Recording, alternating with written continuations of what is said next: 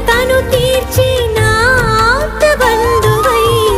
ఆలోచన చెప్పి ఆదరణ కర్తవై అమృతమైన నీ ప్రేమను చూపితివి అమృతమైన నీ ప్రేమను చూపితివి నీవే నా ఆధారము దేవా నీకే నా ఆరాధన నీవే నా ఆధారము దేవా నీకే నా ఆరాధన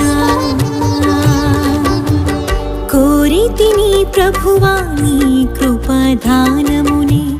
అడిగితిని దేవా నీ ఆశీర్వచనముని